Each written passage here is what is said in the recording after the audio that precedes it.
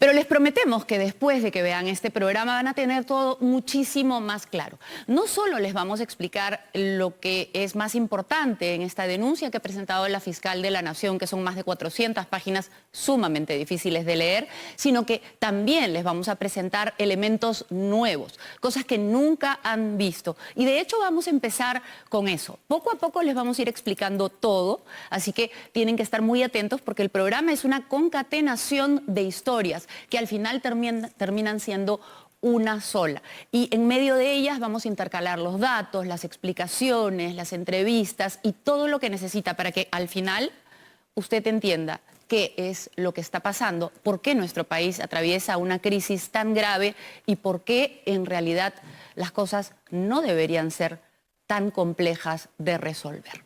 Vamos a empezar con un nuevo prófugo en este gobierno. Se trata de Alejandro Sánchez, íntimo del presidente Castillo, el dueño de la casa de Zarratea, financista de su campaña. Decía al principio que solo era alquilando una casa, prestando algunas cositas, pero luego se han presentado muchos indicios y testimonios de colaboradores y de testigos que hablan de que el aporte fue mayor y la cercanía y la complicidad, porque se está hablando de una organización criminal, es mayor aún. ¿Pero qué les vamos a mostrar ahora? Videos exclusivos del seguimiento de este personaje que hoy está prófugo, que además murió y resucitó en una sola semana. Todo eso en la nota de Eduardo Quispe.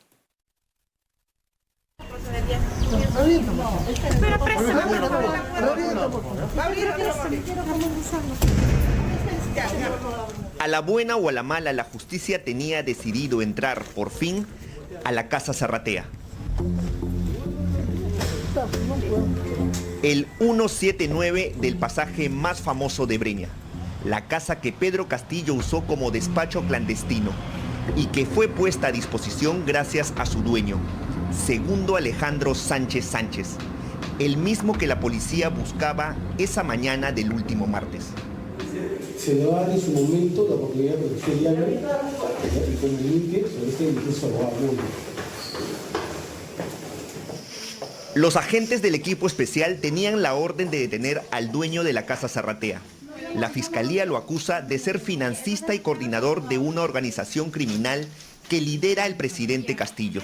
En todo caso, estamos encontrando necesitamos que nos firme la resolución que estamos ejecutando.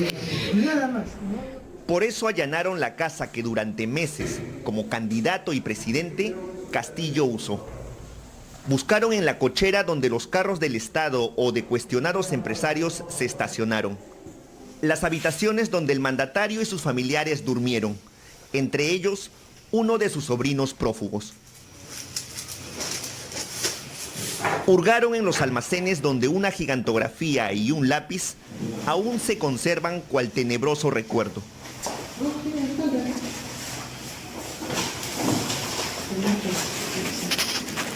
En la casa encontraron a dos hombres, una señora y la media hermana de Sánchez llamada Tania, que no podía contener su nerviosismo.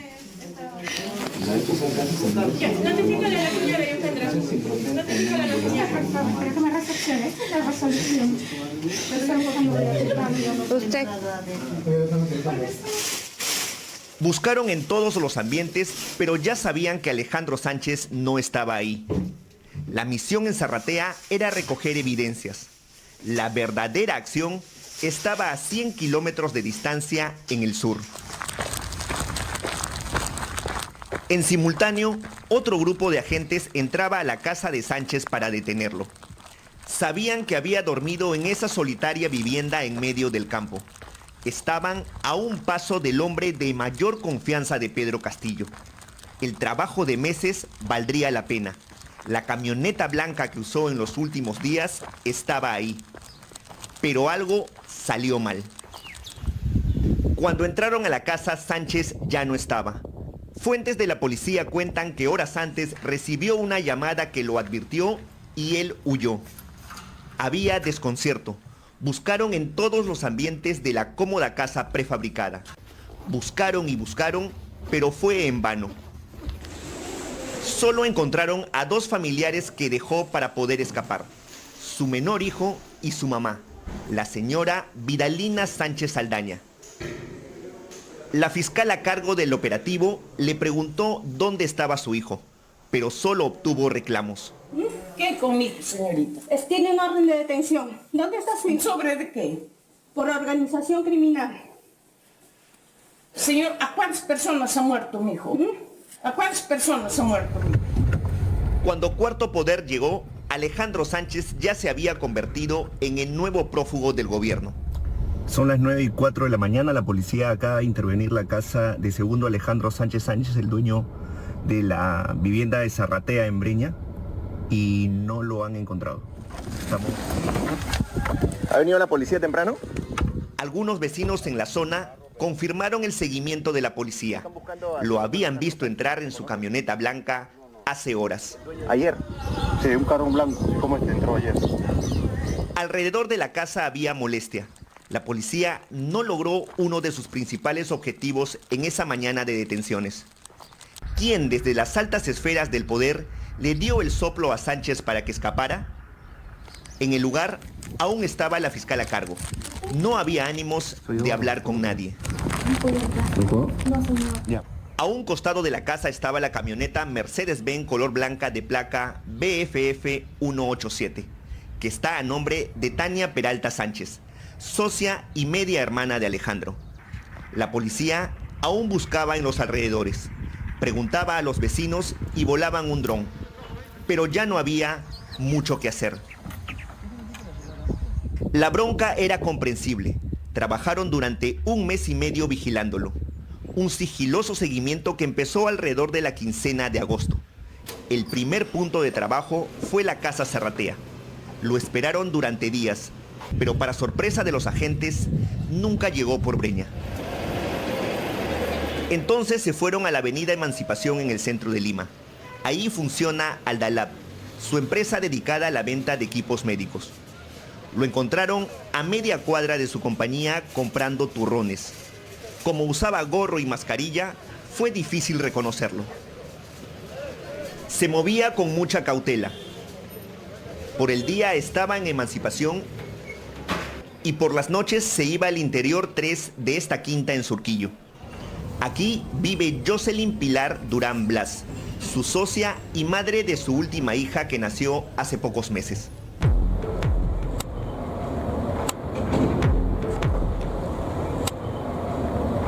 Se cuidaba mucho.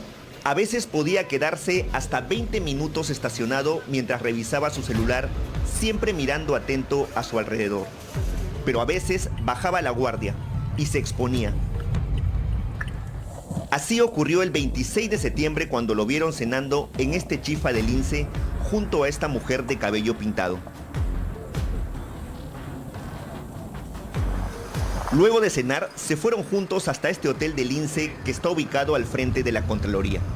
Ingresaron a las 7 de la noche en su camioneta blanca y ocuparon una habitación del piso 3. Se quedaron ahí durante 2 horas. En el día se cuidaba más. A veces cambiaba de camioneta y usaba esta Ford negra que está a nombre de su empresa Aldalab. Con ella fue hasta Surquillo frente a este parque donde tiene otra propiedad que también está a nombre de su empresa. Era 28 de septiembre y estaba acompañado de estos sospechosos hombres. Pero su rutina cambió radicalmente el 10 de octubre, un día antes de que la policía vaya por él. Ese lunes estaba más desconfiado que nunca. Llegó temprano al centro de Lima, siempre con gorro, mascarilla y cuidándose la espalda. Entró a este estacionamiento con una maleta de herramientas. Por la tarde fue a comprar a este supermercado en Surco. Estaba junto a una pequeña niña y a su hijo adolescente.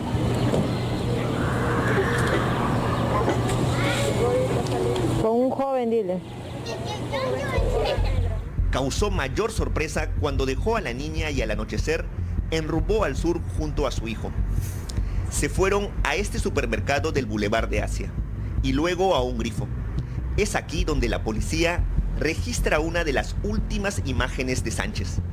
Luego de esas compras, se internó en la oscuridad de las chacras de su casa de campo y nunca más lo vieron. Cuando el sol salió, la noticia estaba en los campos de Asia.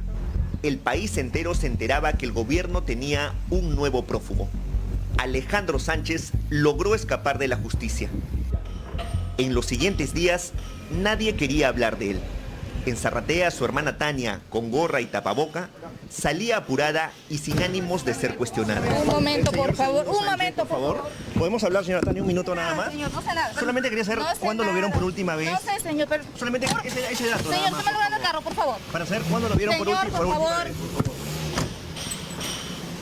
La negativa era comprensible.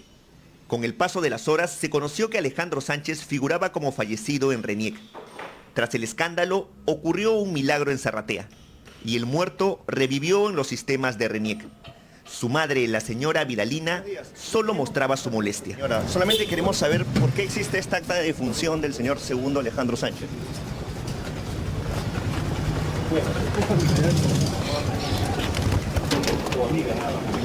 Para entender el hermetismo de su familia y la importancia de Sánchez en el gobierno de Pedro Castillo, hay que retroceder hasta la segunda vuelta de la campaña presidencial. Fue ahí cuando apareció como financista y hasta coordinador de reuniones políticas importantes, que con el paso del tiempo se entienden mucho mejor, como esta entre César Acuña y Pedro Castillo. ¡Señor Acuña! ¡Señor Acuña! Por esas fechas, en una entrevista para Cuarto Poder, solo reconoció un aporte a la campaña: 5.000 soles mensuales por el alquiler de este local donde, junto a Sánchez, Pedro Castillo celebró su proclamación. Es una colaboración que yo estoy haciendo, ¿no? Claro. Así es. Ok, y la casa la está dando usted porque es suya. Claro. ¿Es todo lo que ha dado? ¿O? Nada más. Hoy, a poco más de un año de esa entrevista, un colaborador eficaz ha narrado a la Fiscalía que el verdadero monto que Sánchez aportó a la campaña fue de 4 millones de soles. Esa gran cifra le dio poder ante Castillo, pero no fue suficiente. Fue la casa de Alejandro Sánchez la que sirvió como despacho ilegal de Pedro Castillo. Sánchez la puso a disposición del mandatario. Cuando Cuarto Poder se alistaba para contar la historia, intentó detener el reportaje. Al menos por esta vez apóyennos, no saquen eso y las primicias las vamos a dar a ustedes en su momento. Estamos trabajando en eso, hermano. En ese momento, pocos entendieron el mensaje. Sánchez era el premier a la sombra de Castillo. Casi un año después, el audio de esa llamada es uno de los argumentos para que la justicia acuse a Castillo y a Sánchez. Pero hay más, porque otros hechos confirmaron nuestra denuncia. En marzo contamos cómo Sánchez buscó en nombre de Castillo a este empresario minero que tenía un proyecto de litio estancado. Sánchez logró reunir al mandatario con el empresario, pero luego de dicha reunión lo buscó para proponerle hacer negocios. Él es empresario, como te digo, y tiene un negocio de ¿cómo se llama?, de prefabricados, como para campamentos mineros. Y le dije que sí, que encantado, ¿no?, para hacer negocio, pero una vez que entremos en operación, todavía no es momento para armar campamentos. Sánchez tenía interés en las casas prefabricadas, porque luego de la primera vuelta fundó una empresa que vende este tipo de casas. De hecho, su casa de Asia es prefabricada. Fue ahí donde la policía estaba convencida que escondía a Fray Vázquez, el sobrino prófugo del presidente. Otro hecho presentado en Cuarto Poder fue la reunión entre Sánchez y funcionarios públicos para hablar de obras que implican miles de millones de soles. Lo hizo otra vez en representación de Castillo. Así lo denunció una ex viceministra. Sánchez comentó que habían como nuevos modelos prefabricados en el mercado, y me acuerdo eso porque luego vi que tenía una casa prefabricada. Otro hecho que la Fiscalía ha tomado en cuenta es otro reportaje de este programa. Aquí contamos cómo un amigo de Sánchez le depositó en menos de 10 minutos $500,000 de soles y cómo este suertudo amigo ganó licitaciones millonarias en este gobierno. Como se demuestra, hechos y pruebas contra Sánchez sobran, como sobra también la persistencia de los agentes que aún están tras sus pasos, sin importarles qué tan lejos se vaya. En este momento lo están buscando.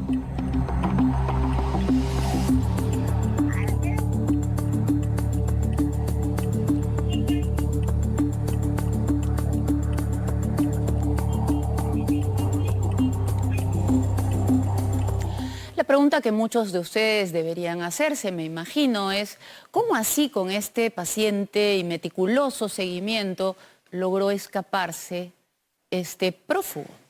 Y eso nos lleva evidentemente a pensar que hay alguien en las más altas esferas que tiene acceso a la información absolutamente confidencial de los seguimientos y que sirve de campana a los que se quieren escapar. Porque no hay otra forma, ¿verdad? Estaban todos los seguimientos hechos, estaba todo ubicado y sin embargo, pocas horas antes de que se produjera la incursión que requiere de un permiso y por lo tanto requiere avisarle a alguien, a algunas personas, porque si no, no existen los permisos, ¿no? Alguien de allí advirtió a esta persona para que se fugara a tiempo. Y esa es una tarea importante que va a haber que descubrir. Y además es evidente que es otro acto de obstrucción de la justicia. Uno más en la suma.